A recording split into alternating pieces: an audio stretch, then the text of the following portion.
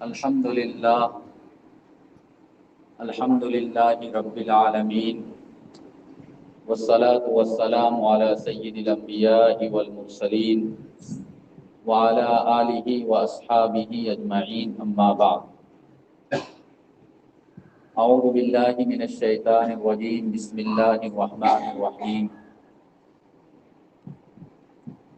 ان عدۃ الشہور عند اللہ 12 شہرا فی کتاب اللہ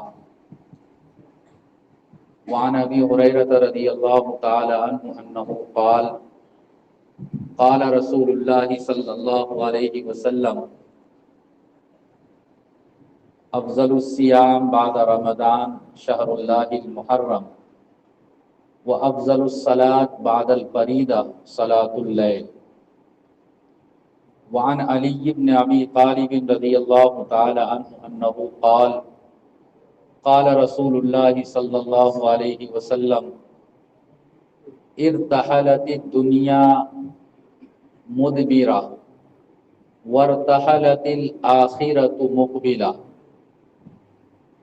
وَلِكُلِّ وَاحِدٍ مِّنْهُمَا بَنُونَ فَكُونُوا مِنْ أَبْنَاءِ الْآخِرَةِ وَلَا تَكُونُوا مِنْ أَبْنَاءِ الدُّنْيَا فَإِنَّ الْيَوْمَ عَمَلٌ وَلَا حِسَابٌ وَالْغَدُ حِسَابٌ وَلَا عَمَلٌ او کما قال علیہ الصلاۃ والسلام اللہم صلی علی سیدنا و مولانا محمد وعلی آلہ و اصحابہ وبارک وسلم۔ میرے بھائیوں، بزرگوں، دوستوں، اور اگر اوپر کا مائک کام کر رہا ہے، آواز جا رہی ہے، گھر میں بیٹھ کر میری بائیں اور بہنیں اگر بات سن رہی ہے تو میری ماؤں اور بہنوں،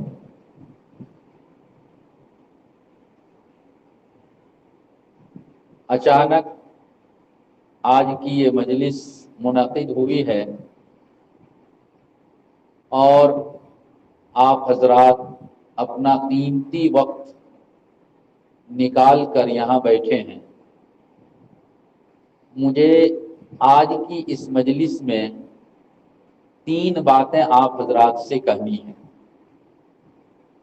نمبر 1، آج محرم الحرام کی 8 تاریخ گزر گئی۔ اسلامی سال کا پہلا مہینہ محرم کا مہینہ ہوتا ہے۔ ہم مسلمان ہیں اور اسلام میں بہت ساری عبادتوں کا تعلق اسلامی مہینے اور اسلامی تاریخ کے ساتھ ہے، یعنی چاند کے حساب سے جو مہینے ہیں ان مہینوں کے ساتھ اور ان مہینوں کی تاریخوں کے ساتھ بہت ساری اسلامی عبادتوں کا تعلق ہے، اس کی بنیاد ہے۔ اس لیے ہم کو اور آپ کو اپنا یہ جو اسلامی سال اور اسلامی کیلنڈر ہے اس کے بارے میں موٹی موٹی 2-4 باتیں ذہن میں رکھنی چاہیے۔ اور کیوں رکھنی چاہیے؟ اس لیے رکھنی چاہیے کہ حضرت مولانا اشرف علی تھانوی رحمۃ اللہ علیہ، جن کی بہت ساری کتابیں ہیں اور ہمارے اور آپ کے تقریباً سب کے گھر میں بہشتی زیور تو موجود ہی ہوگی، اس کتاب کے مصنف انہوں نے صاف طور پر ایک مسئلہ لکھا ہے کہ چاند کی تاریخ کو یاد رکھنا اور جاننا، چاند کی تاریخ کو یاد رکھنا اور جاننا یہ مسلمانوں کے اوپر فرض کفایہ ہے۔ جیسے جنازے کی نماز فرض کفایہ ہے، پورے محلے میں کوئی ایک آدمی بھی اگر جنازے کی نماز میں شریک ہو جاتا ہے تو سب کی طرف سے کافی ہوتا ہے، لیکن اس کا یہ مطلب نہیں کہ ہم اور آپ شریک نہ ہوں۔ ہم اور آپ شرکت کرتے ہیں تو ہم کو الگ سے ثواب ملتا ہے۔ ٹھیک اسی طرح سے اسلامی تاریخ کو یاد رکھنا اور جاننا یہ فرض کفایہ ہے۔ آج ہر جگہ انگریزی مہینے کا اور انگریزی تاریخ کا چلن ہے۔ انگریزی تاریخ یہ اگست کا مہینہ ہے، آج 18 تاریخ ہے، یہ تقریباً سب کو یاد ہے، لیکن یہ اسلامی کیلنڈر کے حساب سے کون سا مہینہ ہے اور اس کی کتنی تاریخ ہے، عام طور پہ عوام تو عوام، علماء کو بھی یاد نہیں رہتی ہے۔ حالانکہ اس کو یاد رکھنا اور اس کو جاننا فرض کفایہ ہے۔ اس لیے یہ جو اسلامی کیلنڈر ہے اور اسلامی تاریخ اور اسلامی مہینے ہیں، اس کی مختصر اتہاس اور اس کی مختصر تاریخ میں آپ لوگوں کو پہلے بتاؤں۔ حضرت عمر رضی اللہ تعالی عنہ جب امیر المؤمنین بنائے گئے، اللہ کے رسول صلی اللہ علیہ وسلم کی وفات کے بعد 2 سال حضرت ابوبکر صدیق رضی اللہ تعالی عنہ کا زمانہ، اور پھر ان کے بعد حضرت عمر فاروق رضی اللہ تعالی عنہ کا زمانہ۔ ان کے پاس ایک تحریر آئی، ایک خط آیا، ایک کاغذ میں کچھ لکھا ہوا لین دین کا معاملہ تھا، اور اس میں شعبان کا مہینہ لکھا تھا، لیکن کون سا شعبان، 1 سال کے بعد، 2 سال کے بعد، 4 سال کے بعد، یہ متعین نہیں تھی، مگر اس میں شعبان کا مہینہ لکھا ہوا تھا۔ ایک کاغذ یہ۔ دوسرا، یمن کے گورنر تھے حضرت ابو موسیٰ اشعری رضی اللہ تعالی عنہ، بڑے اونچے درجے کے صحابی۔ انہوں نے حضرت عمر رضی اللہ تعالی عنہ کے پاس ایک لیٹر لکھا، خط لکھا، اور اس میں یہ کہا کہ امیر المؤمنین، آپ کی طرف سے جو فرمان آتا ہے، آپ کی طرف سے جو تحریر اور لیٹر آتا ہے، اس میں آپ کا دستخط تو ہوتا، لیکن اس میں کوئی تاریخ نہیں ہوتی ہے۔ لہذا بہتر یہ ہے کہ اسلامی ایک کیلنڈر کا وجود، اسلامی کیلنڈر وجود میں آ جائے، ایک تاریخ پر اور ایک کیلنڈر پر تمام مسلمان اتفاق کر لیں۔ ان 2 وجوہات کی بنیاد پر، اور بھی ہو سکتا ہے کوئی وجہ سامنے آئی ہو، حضرت عمر رضی اللہ تعالی عنہ نے میٹنگ بلائی۔ تقریباً تمام بڑے بڑے صحابہ میٹنگ میں شرکت کرتے ہیں، اور مشورہ یہ ہوتا ہے کہ اسلامی کوئی کیلنڈر اور کوئی سال ہونا چاہیے یا نہیں۔ سب لوگوں کے رائے ہوئی کہ یقیناً اسلامی کیلنڈر ہونا چاہیے، ہم مسلمانوں کا مستقل ایک مہینے کا، سال کا اور تاریخ کا حساب ہونا چاہیے۔ تو اسلامی کیلنڈر کی ابتدا اور آغاز کہاں سے ہو؟ جب اس سلسلے میں بات آگے بڑھی تو 5 طرح کی بات آئی۔ میں آپ لوگوں کو صرف اشارتاً کہہ رہا ہوں، کچھ ذہن میں رکھیے گا۔ بعض حضرات نے کہا کہ اسلامی کیلنڈر کا پہلا سال وہ ہونا چاہیے جس سال میں اللہ کے پیارے رسول صلی اللہ علیہ وسلم کی ولادت ہوئی، آپ کی پیدائش ہوئی۔ اسلامی سال کا، اسلامی کیلنڈر کا پہلا سال وہی ہونا چاہیے، ایک رائے۔ دوسری رائے یہ آئی کہ اللہ کے رسول صلی اللہ علیہ وسلم کو جب نبوت ملی، یعنی آپ کی پیدائش کے 40 سال کے بعد، جب آپ کی عمر 40 سال تھی تب آپ کو نبوت ملی، وہی سال اسلامی کیلنڈر کا پہلا سال ہونا چاہیے۔ تیسری رائے یہ آئی کہ ایک واقعہ، زبردست ایک واقعہ ہوا تھا، اور وہ واقعہ یہ تھا کہ یمن کا بادشاہ ابرہہ، ان کے دل میں خیال آیا کہ دنیا کے سارے لوگ حج کرنے کے لیے زمانے جاہلیت میں اللہ کے رسول صلی اللہ علیہ وسلم کے تشریف لانے سے پہلے کفار اگرچہ اللہ پر ایمان نہیں رکھتے تھے، ایک اللہ کو نہیں مانتے تھے، لیکن اس کے باوجود وہ لوگ خانہ کعبہ کا طواف کرتے تھے اور اپنے عقیدے کے حساب سے حج کرتے تھے۔ تو ابرہہ کے دل میں یہ خیال آیا کہ سارے لوگ مکہ پہنچتے ہیں، حالانکہ میری طاقت اور میرا پاور زیادہ ہے، لہذا یمن کے اندر ہم ایک خانہ کعبہ کی طرح ایک عمارت بنائیں گے اور سارے لوگ یہاں حج کرنے کے لیے آئے، اور خانہ کعبہ کو ہم اپنے لشکر فوج کے ساتھ جائیں گے، حملہ کریں گے، نعوذ باللہ اس کو منہدم کر دیں گے، شہید کر دیں گے۔ تو ہاتھیوں کا لشکر لے کر اور بہت سارے لوگوں کو لے کر خانہ کعبہ کو شہید کرنے کے لیے وہ آئے تھے۔ قرآن کریم میں بھی اللہ تعالیٰ نے اس واقعے کو سورہ فیل کے اندر بیان کیا ہے، الم تر کیف فعل ربک باصحاب الفیل۔ تو جس سال میں یہ واقعہ پیش آیا تھا، بعض صحابہ کرام رضی اللہ عنہم اجمعین کی رائے ہوئی کہ وہی سال اسلامی کیلنڈر کا پہلا سال ہونا چاہیے۔ 3، چوتھی رائے یہ آئی کہ جس سال اللہ کے رسول صلی اللہ علیہ وسلم وفات پا گئے، اس دنیا سے آپ پردہ فرما کر چلے گئے، اسلامی کیلنڈر کا پہلا سال وہ ہونا چاہیے۔ 5ویں رائے غالباً حضرت علی رضی اللہ تعالی عنہ نے پیش کی، اور انہوں نے یہ فرمایا کہ چونکہ اسلام کا بول بالا اور اسلام کی تبلیغ اور اشاعت ہجرت کے بعد ہوئی، لہذا جس سال اللہ کے رسول صلی اللہ علیہ وسلم مکے سے ہجرت کر کے مدینہ پہنچے، وہی سال اسلامی کیلنڈر کا پہلا سال ہونا چاہیے۔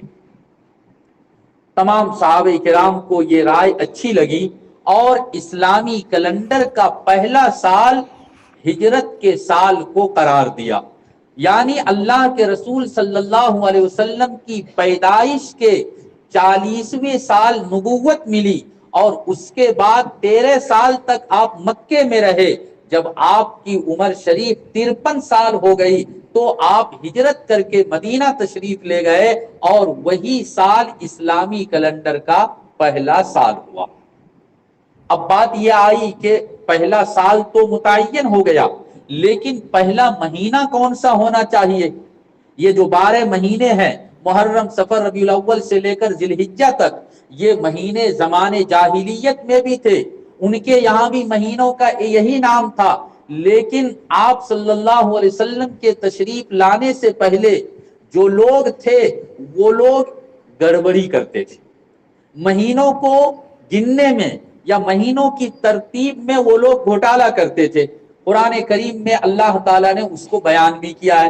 وہ گھوٹالا کیا کرتے تھے؟ سال کے 4 مہینے ایسے تھے کہ جن کے اندر وہ لوگ لڑائی جھگڑا بالکل نہیں کرتے تھے، باقی 8 مہینہ خوب کشتہ کشتی اور خوب لڑائیاں ہوتی تھی۔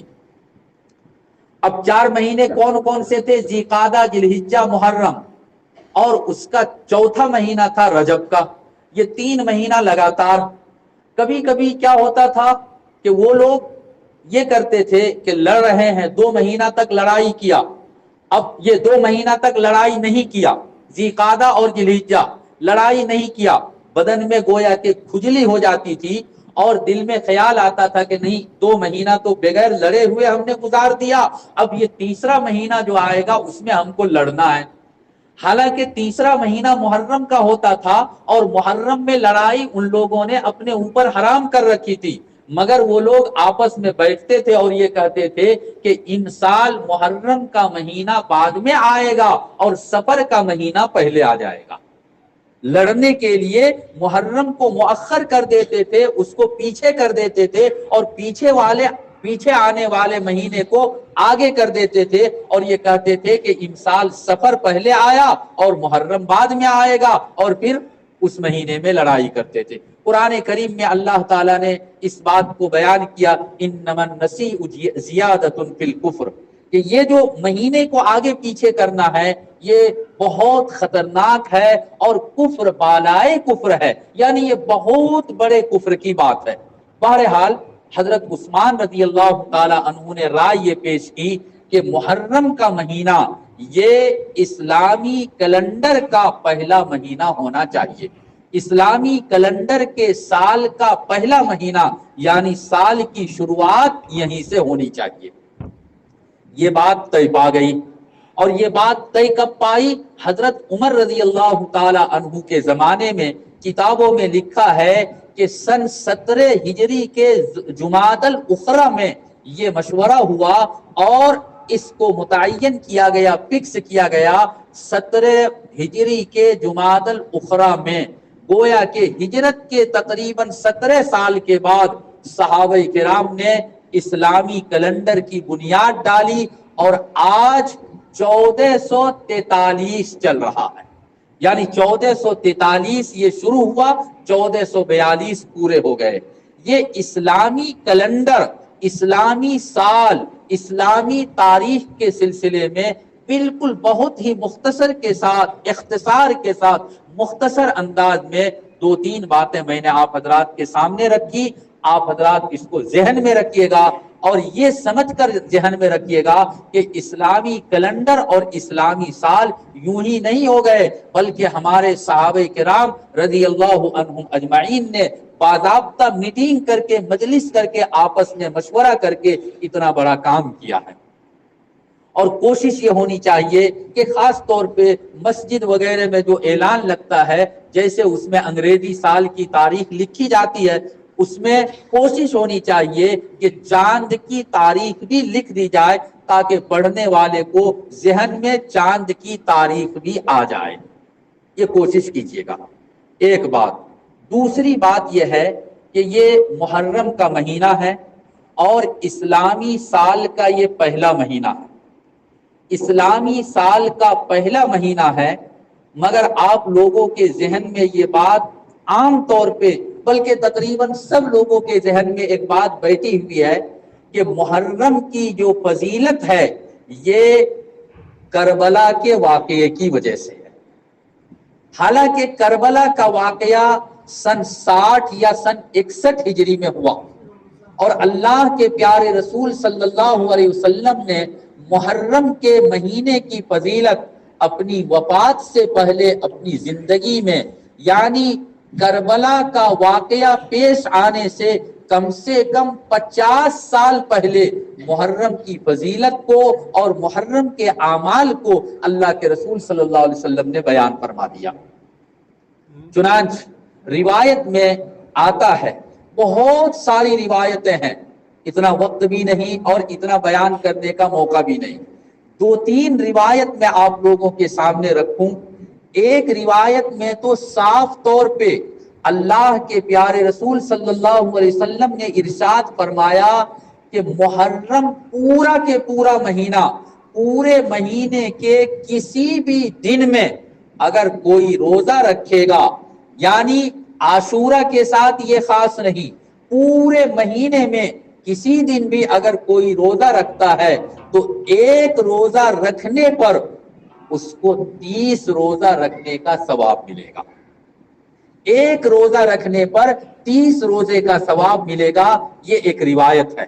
کوئی ضروری نہیں کہ عاشورہ ہی میں رکھا جائے، کوئی ضرورت نہیں کہ ایک ہی تاریخ کو ہو، بعد میں رکھ لیجئے، کبھی بھی آپ رکھیے گا، ایک روزے پر 30 روزے کا ثواب ملے گا۔ نمبر 1۔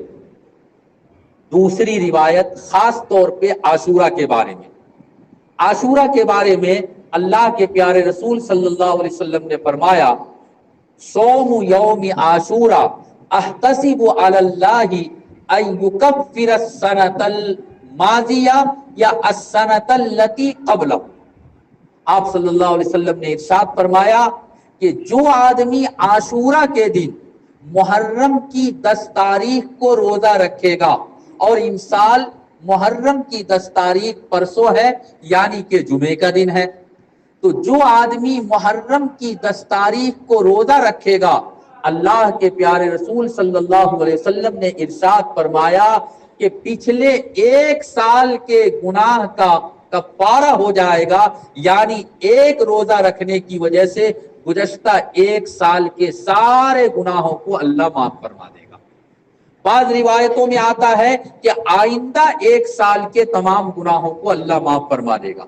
بہرحال اتنی بات تو ضرور ہے کہ محرم کے دن، عاشورہ کے دن محرم کی 10 تاریخ کو جو بھی روزہ رکھے گا، ایک روزہ رکھنے کی وجہ سے اللہ تعالیٰ اس کے 1 سال کے گناہوں کو معاف فرمائے گا۔ لیکن اس سلسلے میں تھوڑی سی وضاحت بھی سن لیجئے۔ وضاحت یہ ہے کہ یہ عاشورہ کا روزہ کیوں رکھا جاتا ہے، اور آپ صلی اللہ علیہ وسلم نے اس کے ساتھ اور بھی کچھ ارشاد فرمایا یا نہیں فرمایا۔ چنانچہ 2 روایت اپنے ذہن میں رکھیے گا۔ ایک روایت تو یہ ہے کہ حضرت عائشہ رضی اللہ تعالی عنہا فرماتی ہے کہ جب تک رمضان کا روزہ فرض نہیں ہوا تھا، جب تک رمضان کا روزہ فرض نہیں ہوا تھا، عاشورہ کا روزہ اللہ تعالیٰ نے فرض کر دیا تھا۔ رمضان کا روزہ تو بعد میں فرض ہوا، جب آپ صلی اللہ علیہ وسلم ہجرت کر کے مدینہ آئے تو دوسرے سال سن 2 ہجری میں رمضان کا روزہ فرض ہوا، لیکن رمضان کا روزہ فرض ہونے سے پہلے محرم کی 10 تاریخ کو روزہ رکھنا فرض تھا۔ جب رمضان کا روزہ فرض کر دیا گیا تو محرم کی 10 تاریخ کے روزے کی فرضیت کو ختم کر دیا گیا۔ اب عاشورہ کے دن یعنی محرم کی 10 تاریخ کو روزہ رکھنا فرض اور واجب نہیں ہے، البتہ ثواب کا کام ہے۔ روایت دوسری روایت ہے کہ جب اللہ کے پیارے رسول صلی اللہ علیہ وسلم مدینہ تشریف لائے تو یہاں آ کر دیکھا کہ حضرت موسیٰ علیہ السلام کی قوم یہود، آج جو اسرائیل میں جو لوگ آباد ہے، یہودی لوگ عاشورہ کے دن روزہ رکھتے ہیں۔ آپ صلی اللہ علیہ وسلم نے ان سے پوچھا کہ تم لوگ عاشورہ کے دن کیوں روزہ رکھتے ہو؟ محرم کی 10 تاریخ کو روزہ رکھنے کی وجہ کیا ہے؟ تو یہودیوں نے جواب دیا کہ اصل میں بات یہ ہے کہ ہماری قوم، ہم یہود، یہ سب کے سب مصر میں آباد تھے، فرعون کے ملک میں ہم لوگ آباد تھے، حالانکہ جو ملک تھا وہ سیریا تھا، ملک شام تھا، مگر حضرت یوسف علیہ السلام کے زمانے میں سارے کے سارے بنی اسرائیل، حضرت یعقوب علیہ السلام کی ساری اولاد ملک شام سے ہجرت کر کے حضرت یوسف علیہ السلام کے پاس مصر پہنچ گئے، ایجپٹ پہنچ گئے اور وہیں جا کر آباد ہو گئے۔ بعد میں حضرت یوسف علیہ السلام کا زمانہ ختم ہو گیا، یہودی وہیں پر آباد رہے۔ فرعون کا زمانہ آیا اور فرعون نے یہودیوں پر بہت زیادہ ظلم کیا۔ قرآن کریم میں بھی تفصیل کے ساتھ واقعہ بیان کیا ہے اللہ تعالیٰ نے، یہاں تک کہ جتنے لڑکے پیدا ہوتے تھے یہودیوں میں سب کو ذبح کر دیا جاتا تھا، قتل کر دیا جاتا تھا، اور لڑکیوں کو زندہ رکھا جاتا تھا۔ لمبا واقعہ ہے۔ حضرت موسیٰ علیہ السلام نبی بنائے گئے تو یہودیوں نے یہ کہا کہ آپ ہم لوگوں کو مصر سے نکال لیے اور یہاں سے ہم لوگوں کو ملک شام پہنچائیے۔ چنانچہ اللہ تعالیٰ کے حکم سے حضرت موسیٰ علیہ السلام راتوں رات اپنی قوم کو لے کر اور مصر سے نکلے۔ بیچ میں ایک دریا تھا، مشہور یہ ہے کہ وہ دریائے نیل تھا، لیکن تحقیقی بات یہ ہے کہ وہ دریائے نیل نہیں بلکہ دریائے قلزم تھا۔ مشہور یہ ہے کہ یہودیوں کے دشمن یعنی فرعون کو غرق کیا گیا، ڈبایا گیا دریائے نیل میں، لیکن دریائے نیل نہیں بلکہ بحر قلزم میں، دریائے قلزم کے اندر فرعون کو اور فرعون کے لشکر کو ڈبایا گیا تھا۔ خیر، جب موسیٰ علیہ السلام اپنی قوم کو لے کر آگے آگے گئے، فرعون کو معلوم ہو گیا کہ یہود تو مصر چھوڑ کر اور جا رہے ہیں، اب ہمارے گھر میں کام کون کرے گا، نوکری چاکری کون کرے گا، بھاری سے بھاری کام کر کے کون دے گا؟ تو فرعون نے اپنے لشکر کو جمع کیا اور موسیٰ علیہ السلام کی قوم کا پیچھا کیا۔ بہرحال موسیٰ علیہ السلام جب نیل پر یا بحر قلزم پر پہنچے تو یہودیوں نے کہا کہ اب آگے ہم کیسے جائیں گے؟ پیچھے فرعون کا لشکر ہے اور آگے دریا ہے، اب تو ہماری خیر نہیں، ہماری زندگی باقی نہیں رہے گی۔ حضرت موسیٰ علیہ السلام نے فرمایا کہ گھبراؤ مت، اللہ نے حکم دیا، موسیٰ علیہ السلام نے اپنی لاٹھی کو پانی پر مارا، اور چونکہ یہودیوں کے 12 قبیلے تھے، 12 خاندان تھے، اللہ تعالیٰ نے ہر خاندان کے لیے 12 راستہ نکال دیا، اور وہ لوگ آسانی کے ساتھ بالکل کے اور دوسری طرف چلے گئے۔ فرعون جب پیچھے سے آیا، فرعون کی قوم نے، قبطیوں نے کہا کہ یہ تو دریا ہے، اللہ نے دریا میں راستہ نکالا تھا موسیٰ علیہ السلام کے لیے، ہم اگر جائیں گے تو ڈوب جائیں گے۔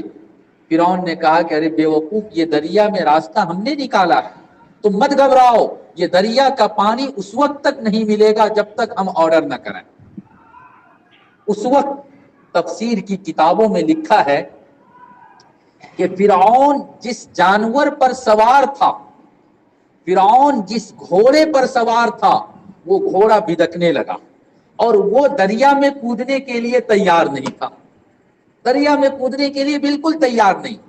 اللہ تعالیٰ نے فرشتوں کے ذریعہ ایک گھوڑی کو بھیج دیا، اور گھوڑے نے جب گھوڑی کو دیکھا تو گھوڑی آگے آگے اور اس کے پیچھے پیچھے فرعون کا گھوڑا بھی کود گیا۔ بہرحال سارا کا سارا فرعون کا لشکر جب دریا میں چلا گیا، اللہ تعالیٰ نے پانی کو ملا دیا اور فرعون کو وہاں پر غرق کر دیا، ڈبا دیا، سب کو برباد کر دیا۔ تو بنی اسرائیل نے، یہودیوں نے آپ صلی اللہ علیہ وسلم سے کہا کہ ہم یہودیوں کو فرعون سے جو نجات ملی تھی وہ عاشورہ کا دن تھا، محرم کی 10 تاریخ تھی، اللہ کی طرف سے اتنی بڑی نعمت ہم لوگوں کو حاصل ہوئی، اس لیے ہم لوگ عاشورہ کے دن روزہ رکھتے ہیں۔ اللہ کے پیارے رسول صلی اللہ علیہ وسلم نے فرمایا کہ جب تم لوگ روزہ رکھتے ہو تو ہم بھی روزہ رکھیں گے، البتہ چونکہ اللہ کے رسول صلی اللہ علیہ وسلم کو یہ حکم تھا کہ یہودی کے مذہب کو فالو نہ کیا جائے بلکہ یہودیوں کی مخالفت کی جائے، تو آپ نے فرمایا کہ لئن بقیت العام القابل لأصومن التاسع۔ روایت میں آیا، آپ صلی اللہ علیہ وسلم نے فرمایا کہ اگر اگلے سال میں زندہ رہ گیا تو میں 10 محرم کے ساتھ ساتھ 9 محرم کو بھی روزہ رکھوں گا، اس لیے کہ اللہ تعالیٰ نے مجھ کو یہودیوں کی مخالفت کا حکم دیا ہے، یہودیوں کے طریقے پر چلنے سے منع کیا ہے۔ لیکن آپ صلی اللہ علیہ وسلم اگلے سال زندہ نہیں رہے، لہذا آپ کو عاشورہ کے ساتھ 9 تاریخ یا 11 تاریخ کو روزہ رکھنے کا موقع نہیں ملا۔ اب فقہا نے، مفتیوں نے کتاب میں صاف طور پر یہ مسئلہ لکھا کہ چونکہ اللہ کے رسول صلی اللہ علیہ وسلم نے فرمایا کہ میں اگلے سال زندہ رہا تو ایک اور دن روزہ رکھوں گا، لہذا صرف عاشورہ کے دن یعنی محرم کی 10 تاریخ کو ایک روزہ رکھنا مکروہ ہے۔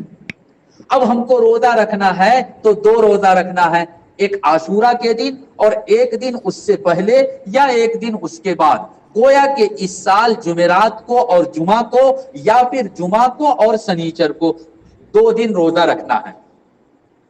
لیکن یہاں میں آپ لوگوں کو ایک بات اور بتلا دوں، ہمارے ہندوستان میں ایک بہت بڑے عالم گزرے ہیں، حضرت مولانا منظور نعمانی صاحب رحمۃ اللہ علیہ، ان کی حدیث کی ایک کتاب ہے معارف الحدیث، اردو میں حدیث کا ٹرانسلیشن اور کچھ وضاحت انہوں نے لکھی ہے، معارف الحدیث۔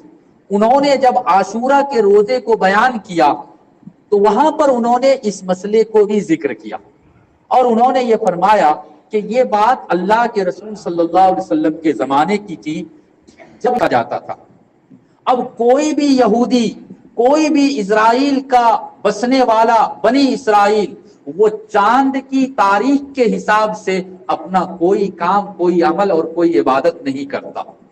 لہذا حضرت مولانا منظور نعمانی صاحب رحمۃ اللہ علیہ نے لکھا کہ اب چونکہ یہودی عاشورہ کے حساب، چاند کے حساب سے عاشورہ کا روزہ نہیں رکھتا ہے، اس لیے اگر کوئی مسلمان صرف عاشورہ ہی کی دن روزہ رکھے یعنی محرم کی 10 تاریخ کو صرف ایک روزہ بھی اگر رکھے گا تو اب یہ مکروہ نہیں ہوگا۔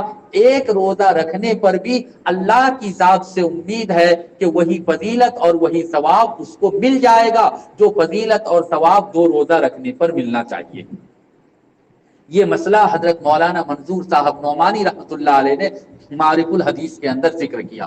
لیکن ہم کو اور آپ کو کوشش کرنی چاہیے کہ اللہ اگر توفیق دے دے تو آئندہ کل جمعرات ہے، بڑا مبارک دن ہے، اور اس کے بعد جمعہ، 2 دن روزہ رکھیں، اور اگر نہیں ہو سکتا ہے تو کم سے کم 1 دن یعنی عاشورہ کا روزہ رکھنے کی کوشش کیا جائے، تاکہ اتنا بڑا ثواب اور اتنی بڑی نیکی ہمارے اور آپ کے حصے میں بھی آ جائے۔ یہ ہوئی ایک بات۔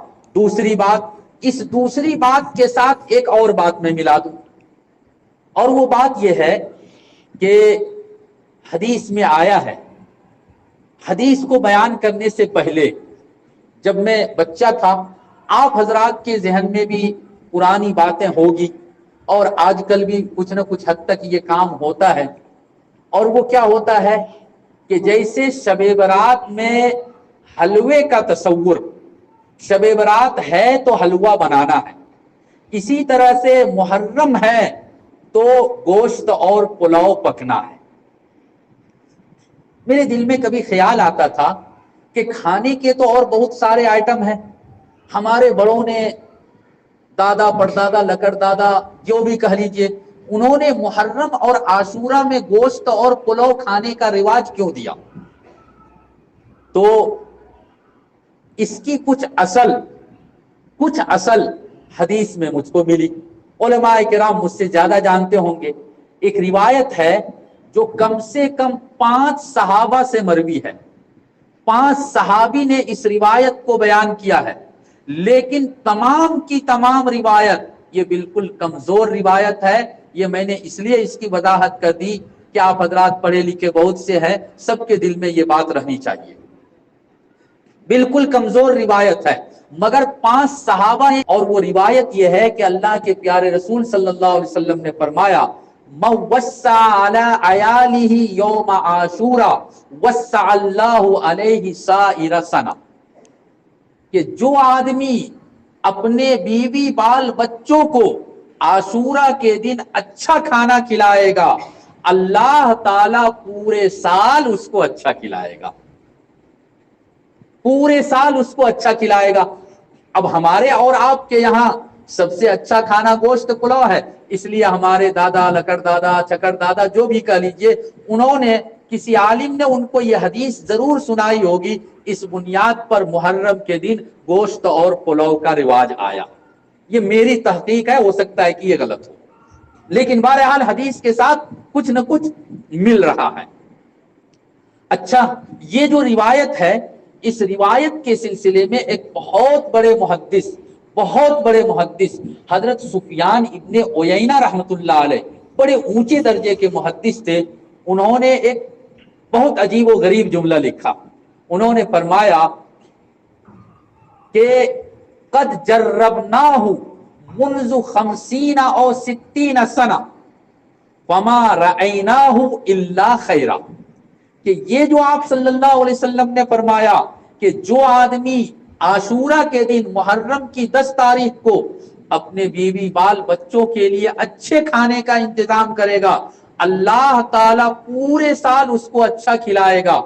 میں نے یہ عمل اور اس عمل کا تجربہ کیا 50 یعنی مستقل 50-60 سال تک میں نے اس روایت پر عمل کیا، اپنے بیوی بال بچوں کو عاشورہ کے دن اچھا کھلایا، اچھا کھانے کا انتظام کیا۔ وہ فرماتے ہیں کہ میرے تجربے کی روشنی میں مجھ کو اس کے اندر خیر ہی ملا، یعنی بھلائی ہی ملی۔ مطلب یہ ہے کہ اس روایت پر عمل کرنے سے مجھ کو اچھا بھی لگا، اور میں نے عاشورہ کے دن اپنے اہل و عیال کو اللہ تعالیٰ نے واقعتاً پورے سال مجھ کو اچھا کھلایا۔ 50-60 سال کا تجربہ ایک معنی رکھتا ہے، لیکن یہاں آپ حضرات اگر میری بات دھیان سے سن رہے ہوں گے تو دل میں ایک سوال آیا ہوگا، ایک پرشن اور ایک کوشچن آیا ہوگا، اور وہ کوشچن صرف آپ کو نہیں، یہ جو فضائل اعمال جن کی کتاب ہے حضرت شیخ زکریا رحمت اللہ علیہ، انہوں نے بھی یہ کوشچن اور یہ سوال اٹھایا۔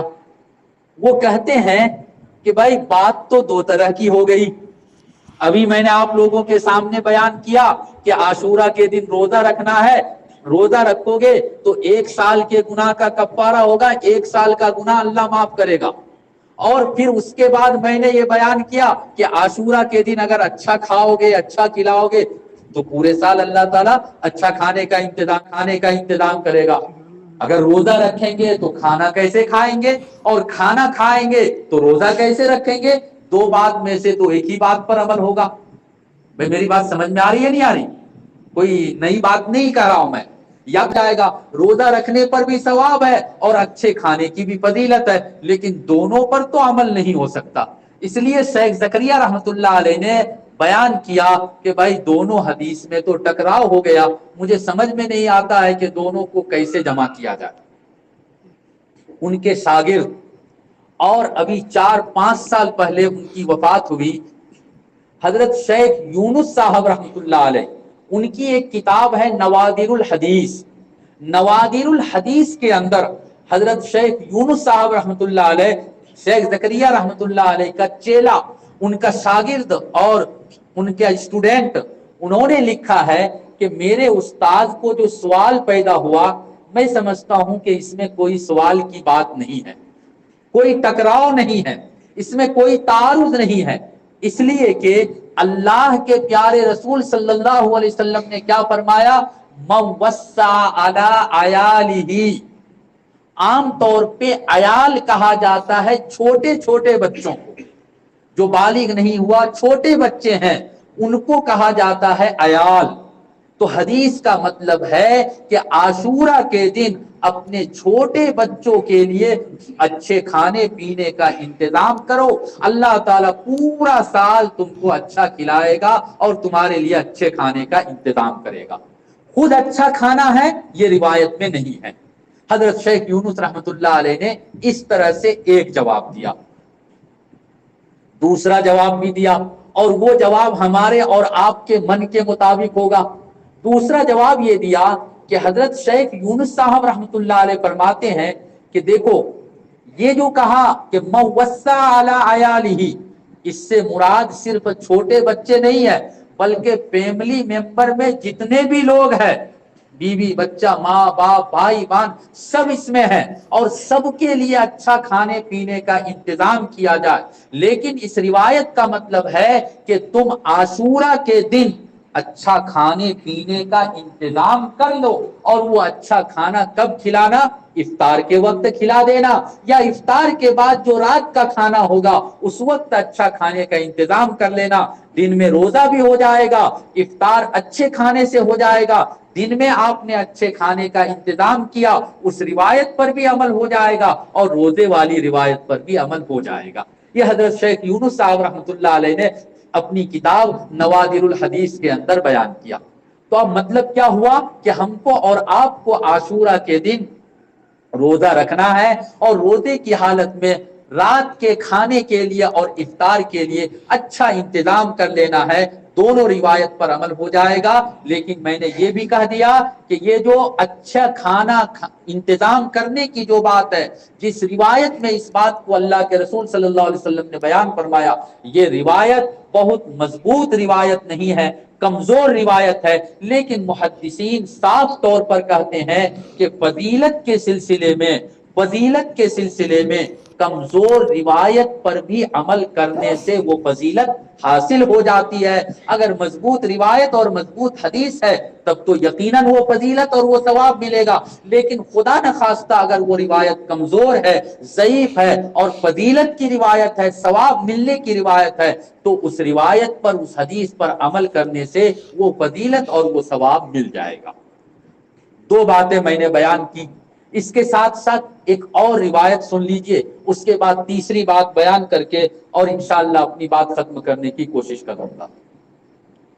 یہ جو عاشورہ کے دن کا روزہ ہے، میں نے اس کی فضیلت تو بیان کی دو روایت بیان کر کے، ایک تیسری فضیلت، تیسری روایت جس کو میں نے اپنے بیان کے شروع میں پڑھا تھا، اللہ کے پیارے رسول صلی اللہ علیہ وسلم فرماتے ہیں، حضرت ابو ہریرہ رضی اللہ تعالیٰ عنہ کی روایت ہے کہ آپ صلی اللہ علیہ وسلم نے فرمایا کہ بہترین نماز وہ تو فرض کی نماز ہے۔ دن میں 5 نمازیں، فجر، ظہر، عصر، مغرب، عشاء، یہ بہترین نمازیں ہیں۔ ان 5 نمازوں کے بعد سب سے بہترین جو نماز ہے وہ تہجد کی نماز ہے، صلاۃ اللیل، تہجد کی نماز ہے۔ اسی طرح سے اسلام کے اندر سب سے بہترین جو روزہ ہے وہ تو رمضان کا روزہ ہے، اور رمضان کے روزے کے بعد سب سے عمدہ، سب سے فضیلت اور سب سے زیادہ ثواب والا جو روزہ ہے وہ شہر اللہ المحرم یعنی عاشورہ کا روزہ ہے، عاشورہ کا روزہ ہے۔ اس لیے ہم کو اور آپ کو عاشورہ کے دن، محرم کی 10 تاریخ کو یعنی کم سے کم جمعے کے دن روزہ رکھنے کا اہتمام اور اس کی کوشش کرنی چاہیے۔ کریں گے انشاءاللہ؟ انشاءاللہ۔ تیسری بات یہ ہے کہ 1442 ختم ہوا۔ یہ تو اللہ کا کرم ہے کہ اسلامی کیلنڈر کا نیا سال شروع ہوا، اس لیے ہمارے نوجوانوں نے نیو ایئر پکنک وغیرہ نہیں منایا۔ اللہ حفاظت سے رکھے، محفوظ رکھے، اللہ اپنے فضل کا معاملہ فرمائے۔ یہی اگر جنوری کی 1 تاریخ ہوتی تو الامان والحفیظ ہمارے نوجوان پکنک منانے کے لیے کہاں کہاں جاتے ہیں۔ یہ سال 1442 کمپلیٹ ہوا اور 1443 شروع ہوا، نیا سال شروع ہوا۔ میرے نوجوانوں، نیو ایئر منانا، چاہے وہ انگریزی والا نیا سال ہو یا اسلامی نیا سال ہو، نیا سال منانا یہ عقل مندی کا کام نہیں، یہ حماقت اور بے وقوفی کا کام ہے۔ ہم خوش ہوتے ہیں اس بات پر کہ نیا سال شروع ہو گیا، اللہ نے نئے سال میں ہم کو اور آپ کو پہنچا دیا، لیکن میرے نوجوانوں، کبھی یہ سوچا کہ ہماری عمر اگر اللہ نے 70 سال رکھی تھی تو 1442 کمپلیٹ ہونے کے بعد ہماری عمر کا 1 سال گزر گیا۔ 1441 میں ہم نے جتنا مال کمایا تھا حلال طریقے سے، پورے 1 سال میں ہم نے اپنے مال میں کتنا اضافہ کیا، ہماری پراپرٹی میں کتنا اضافہ ہوا، ہم نے اپنے بزنس میں کتنا ڈیولپ کیا، ہم کتنا آگے بڑھے۔ کبھی ہم نے اور آپ نے یہ سوچا کہ 1441 کے ختم پر ہمارے نام اعمال میں جو نیکیاں تھی، 1 سال مکمل گزر گیا، اور اسلامی کیلنڈر کے حساب سے 1 سال کے 355 دن ہوتے ہیں، جیسے انگریزی کیلنڈر کے حساب سے 365 دن ہوتے ہیں، اسلامی مہینے کے حساب سے، اسلامی تاریخ کے حساب سے 1 سال میں 355 دن ہوتا ہے۔ 355 دن ہم نے گزار دیا، ہماری عمر کا 1 سال ہم نے گزار دیا۔ اس 1 سال میں ہم نے کتنی نوافل ادا کی، ہم نے کتنے لوگوں کے حقوق کو ادا کیے، ہم نے اپنے ماں باپ کی کتنی خدمت کی، ہم نے پڑھائی کے حساب سے کتنی ترقی کی، ہم نے قرآن کریم کی کتنی تلاوت کی۔ میرے نوجوانوں، یاد رکھیے، حدیث میں صاف طور پر اللہ کے پیارے رسول صلی اللہ علیہ وسلم نے ارشاد فرمایا، قیامت کے دن کسی بھی انسان کا قدم اس وقت تک آگے نہیں بڑھے گا جب تک کہ 4 سوال کا وہ جواب نہ دے دے۔ 4 سوال کا جب تک وہ جواب نہ دے دے، بالکل قدم آگے نہیں بڑھ سکتا، جنت ملنا تو دور کی بات ہے۔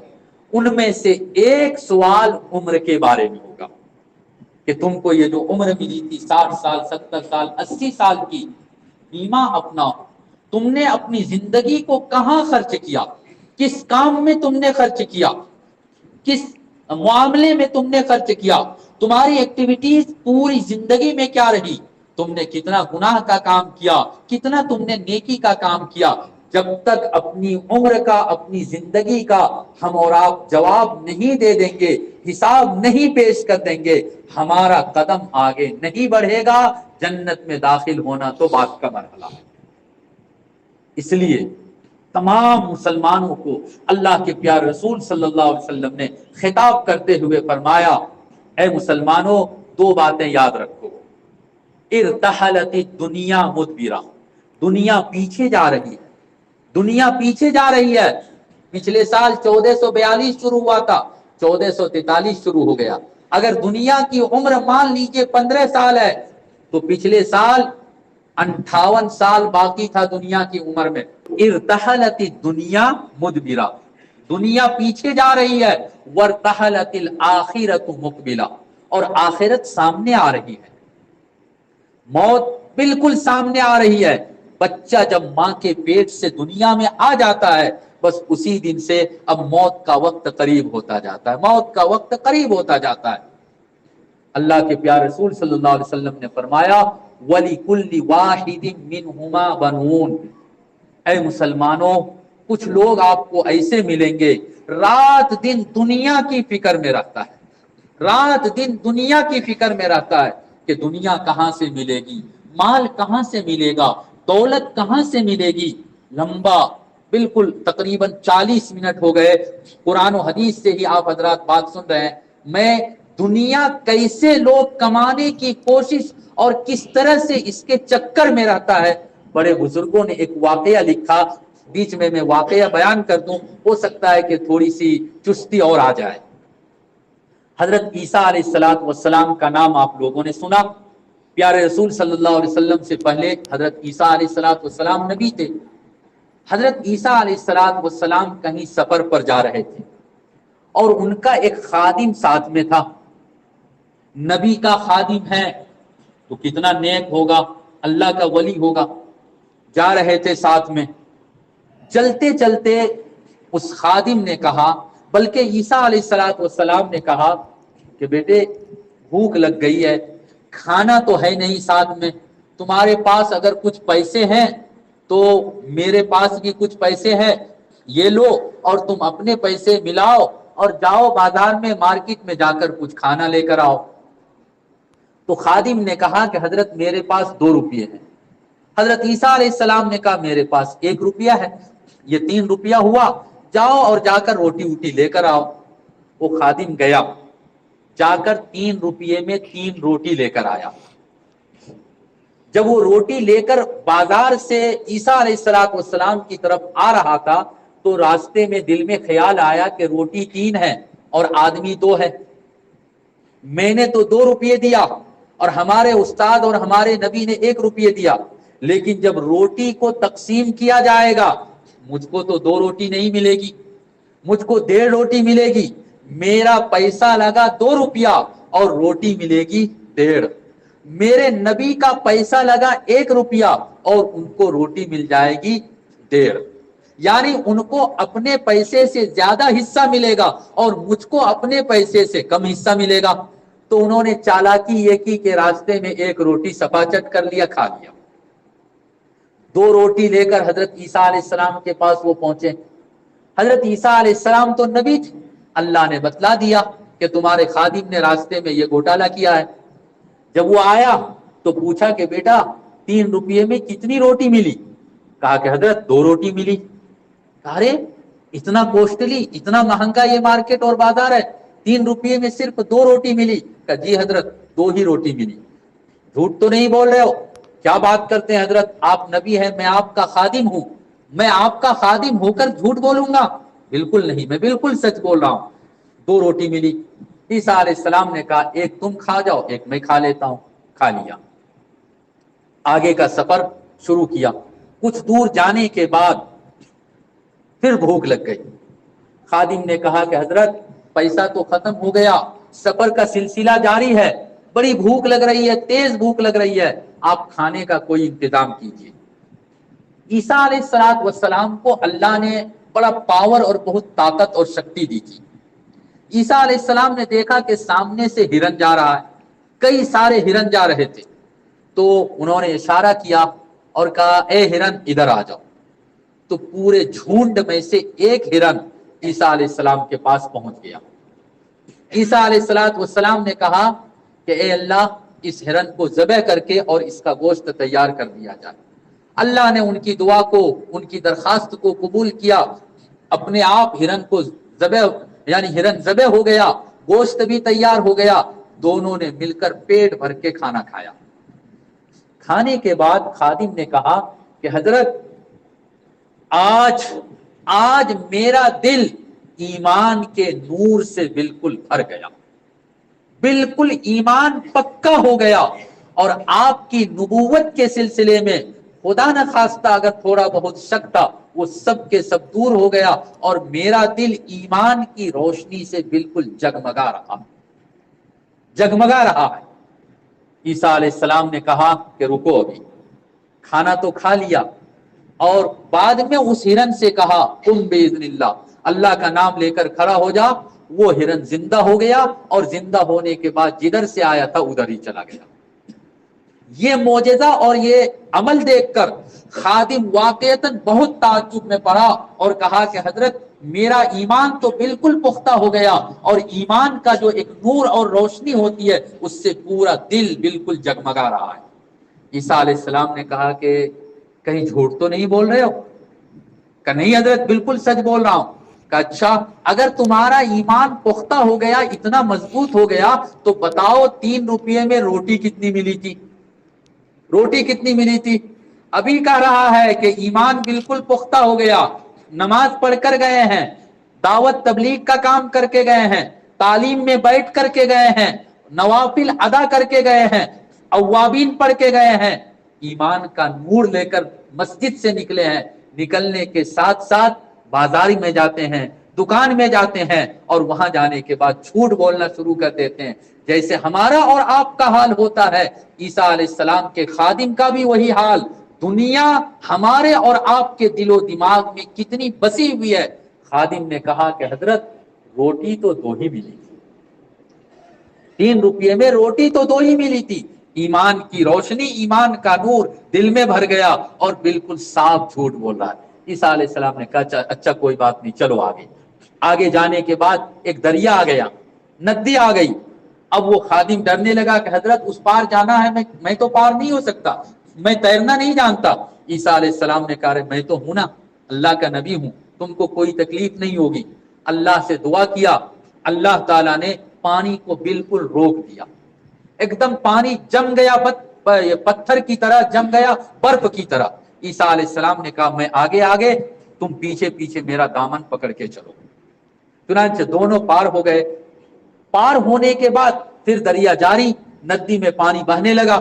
تو اس خادم نے کہا کہ حضرت یہ دوسرا معجزہ آپ کا دیکھ کر اب تو بالکل کوئی شک و شبہ کی گنجائش نہیں، ہاں میں نے مان لیا کہ آپ سچے ہیں، آپ کا کلام سچا ہے، آپ کی بات سچی ہے، آپ کا دین سچا ہے، اور حضرت آج کے بعد سے اور کوئی غلط کام میں نہیں کروں گا، میں توبہ کرتا ہوں اور آپ پر پختہ ایمان لاتا ہوں۔ حضرت عیسیٰ علیہ السلام نے فرمایا دیکھو کہیں جھوٹ تو نہیں بول رہے ہو؟ کہ نہیں حضرت بالکل نہیں۔ کہ اچھا اگر بات ایسی ہے تو بتاؤ 3 روپے میں روٹی کتنی ملی تھی؟ 3 روپے میں روٹی کتنی ملی تھی؟ تو خادم نے کہا کہ حضرت روٹی تو 2 ہی ملی تھی، روٹی تو 2 ہی ملی تھی۔ کہ اچھا چلو کوئی بات نہیں۔ کچھ دور آگے بڑھنے کے بعد پہاڑ کے کنارے میں اینٹ، سونے کی 3 اینٹ پڑی ہوئی تھی، سونے کی 3 اینٹ پڑی ہوئی تھی۔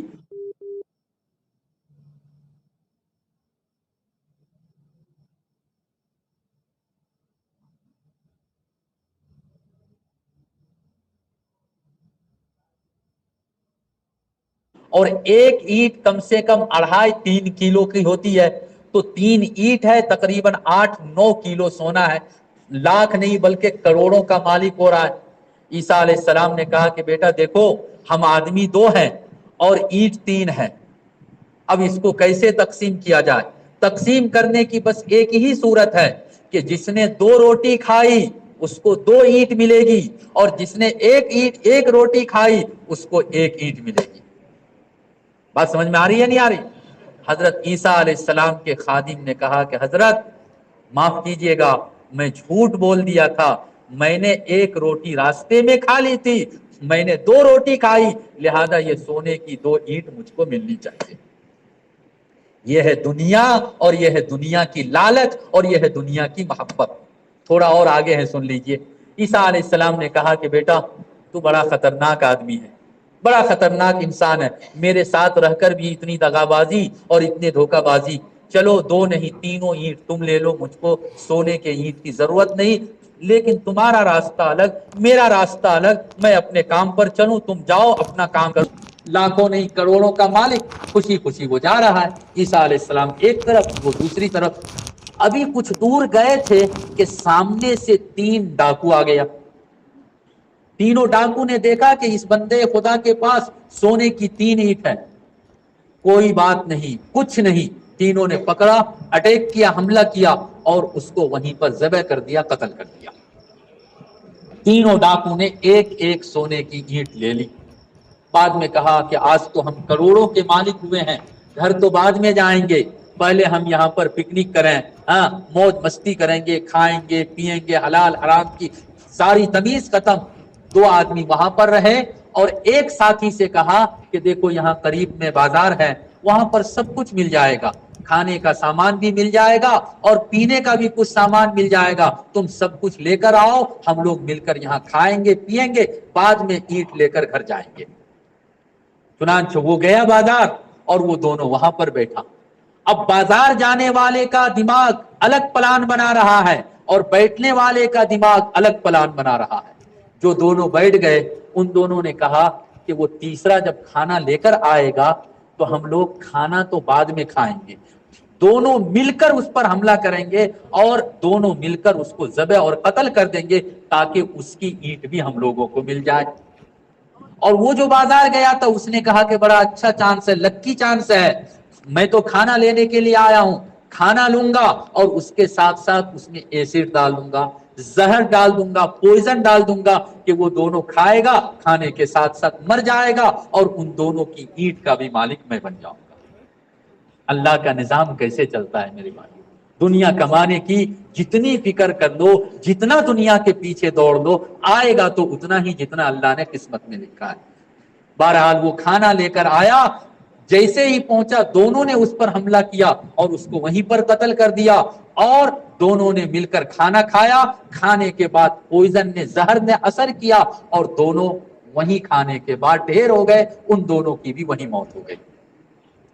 اب عیسیٰ علیہ السلام اپنا کام مکمل کر کے جب واپس آئے تو انہوں نے دیکھا کہ 3 اینٹ جو سونے کی تھی وہ وہیں پر پڑی ہوئی ہے اور اس کے ساتھ ساتھ 4 ڈیڈ باڈی وہاں پر پڑا ہوا ہے، 4 لاش وہاں پر پڑا ہوا ہے اور سونے کی 3 اینٹ وہاں پر پڑی ہوئی ہے۔ دنیا کمانے کے لیے حرام طریقے سے انسان ملے گا اتنا ہی جتنا اس کی قسمت میں اللہ نے لکھا ہے۔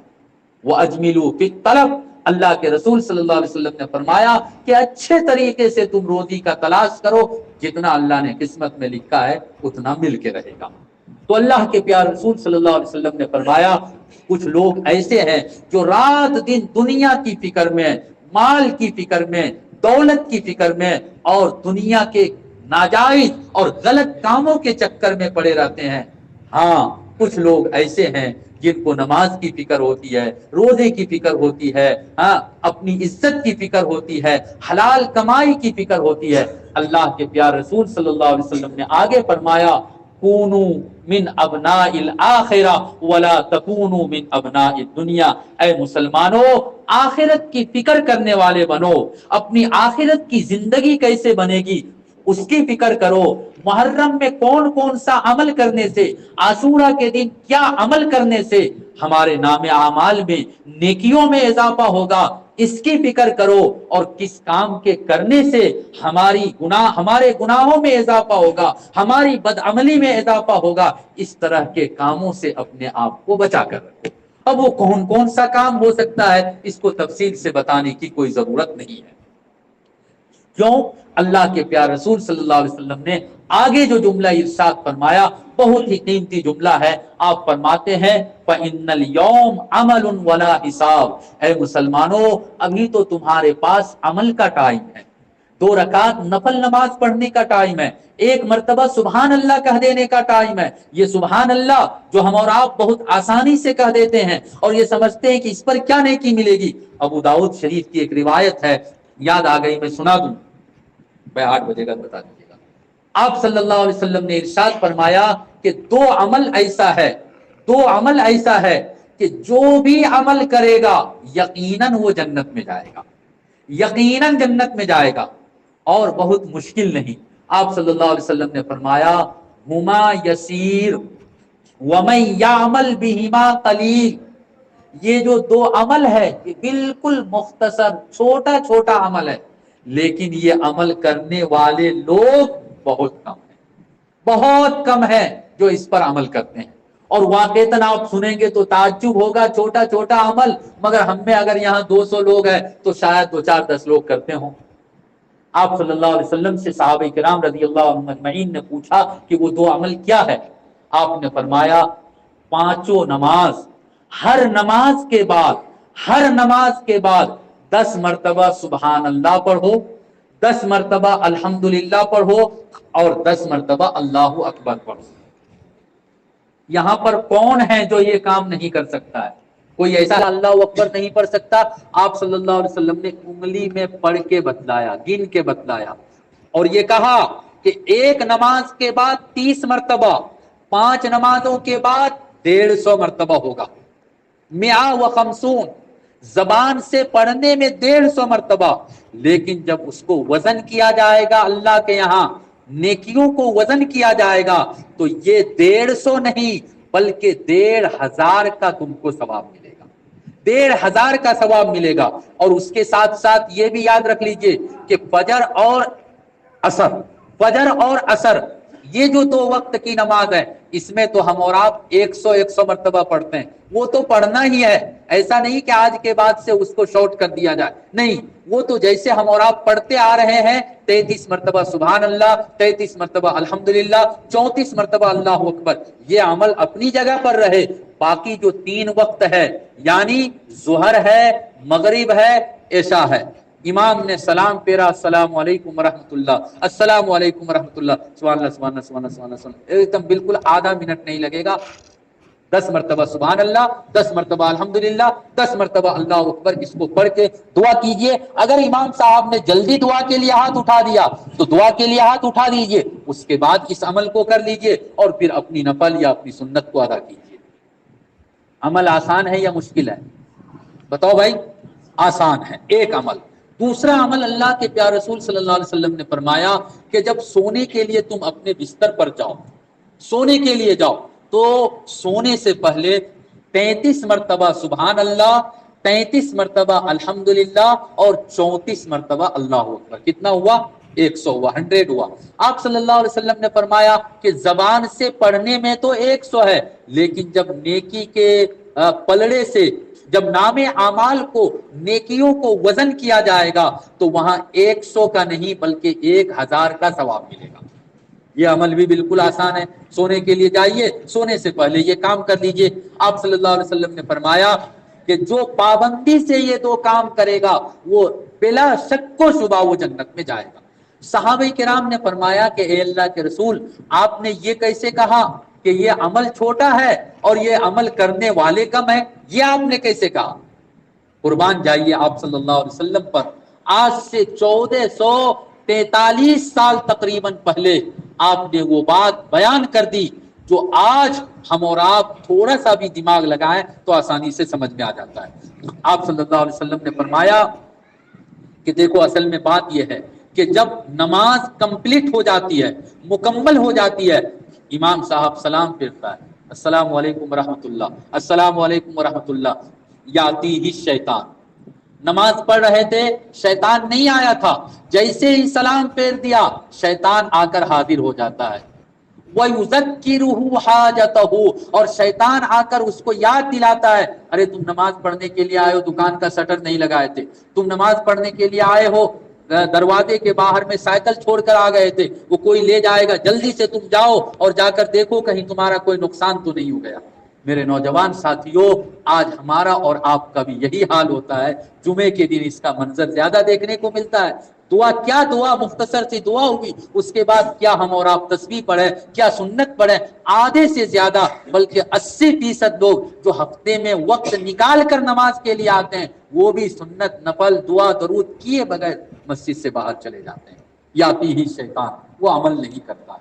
آپ صلی اللہ علیہ وسلم نے فرمایا رات کو جب سونے کے لیے بندہ بستر پر جاتا ہے تو شیطان آتا ہے، اور شیطان آ کر وَيُنَوِّمُهُ، اس کو تھپکی دیتا ہے، جیسے ماں اپنے چھوٹے بچے کو بدن کہ بدن کو اسی طرح سے شیطان آتا ہے اور ہم کو اور آپ کو سلا دیتا ہے۔ مولانا صاحب نے جو عمل بیان کیا تھا، اچھا چلو بہت نیند آ رہی ہے، کل سے اس پر عمل کریں گے، ابھی سو جاتے ہیں، کل سے اس پر عمل کریں گے۔